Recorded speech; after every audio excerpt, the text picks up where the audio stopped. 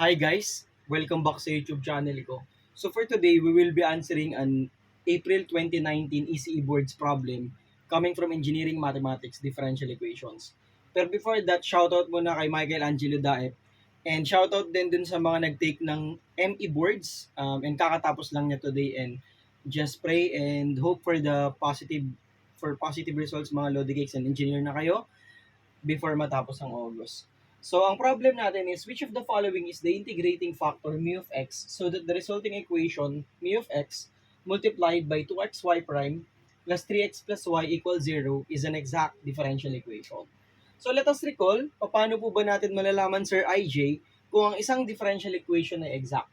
So, let us say that the differential equation is written in the form mdx plus ndy equals 0.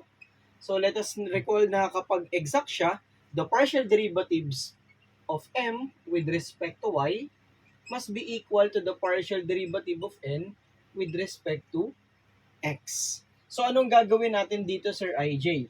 So considering na itong mu of x is hindi mo na natin siya ilalagay kasi ibig sabihin nito, ito hindi to exact DE kasi mag-multiply tayo ng certain expression to make this an exact DE. So itong y prime, palitan muna natin to ng dy over dx. So we have 2x dy over dx plus 3x plus y. Ginroup ko lang siya mga idol equal 0. So, rearranging kasi dapat mdx yan. So, ito multiply natin sa dx.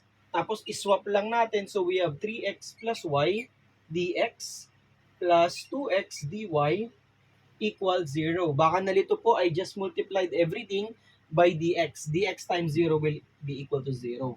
So, ang gagawin natin dyan, we have to check the partial derivatives. So, ang partial derivative ng m with respect to y, so ang derivative ng 3x is constant na yan kasi nga with respect tayo sa y, so 0 yan. Ang derivative ng y ay 1. Okay, we will now proceed with the partial derivative of n with respect to x. So, ito is 2x. Ano derivative ng 2x? That is 2. Lodi cakes. So, ibig sabihin, itong differential equation na to, hindi pa siya exact, mga Lodi cakes. So, ang tawag natin dito is integrating factors or determination rather of integrating factors. So, ang gagawin natin dito guys, pag hindi po siya magkaparehas, isusubtract natin to and divide natin by either m or n kung saan magkakaroon tayo ng resulting integrating factor.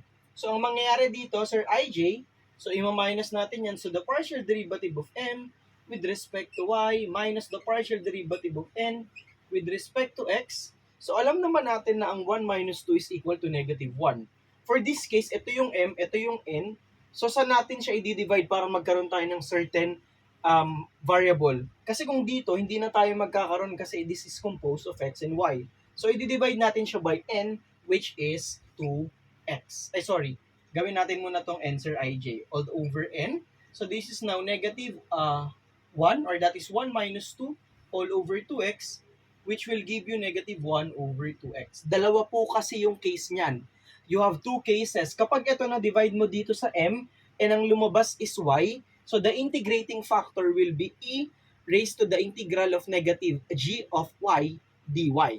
Kapag naman dito sa n, so the integrating factor will be e raised to the integral of kung ano yung makukuha mo dito in terms of x. So that is f of x dx, mga idol. Okay? Kasi sa n siya. Kung na-divide natin siya sa m tapos lumabas lang in terms of y, negative yung ilalagay natin dito or pwedeng sa loob. Dito as is naman na siya. So we have e raised to the integral of 1 minus 2 negative 1 all over 2x, mga Lodi cakes, dx. Alam natin na ang integral ng 1 over x is ln x. Kaya lang may 1 half tayo. So lagay tayo ng negative 1 half ln of x. And then applying the properties of e. So we have e raised to ln of x raised to negative 1 half. E raised to ln will be cancelled. Therefore, the final answer for the given board problem is x raised to negative 1 half, which is letter A. O kaya pwede nyo rin gawin na arrange na sa ganito and then i-multiply nyo by letter A or any choices and then just test the partial derivatives and dapat mag-equal sila dun sa letter A para ma-ensure na exact differential equation siya. So medyo ano to guys, kailangan lang kabisado natin yung pag-determine ng integrating factor. Kapag di-divide natin sa m, negative g of y. Kapag sa n naman, that is f of x. So sana kahit paano na-refresh kayo ni Sir IJ for this video. And maraming salamat sa mga Lodi Cakes natin na patuloy na sumusuporta sa channel natin.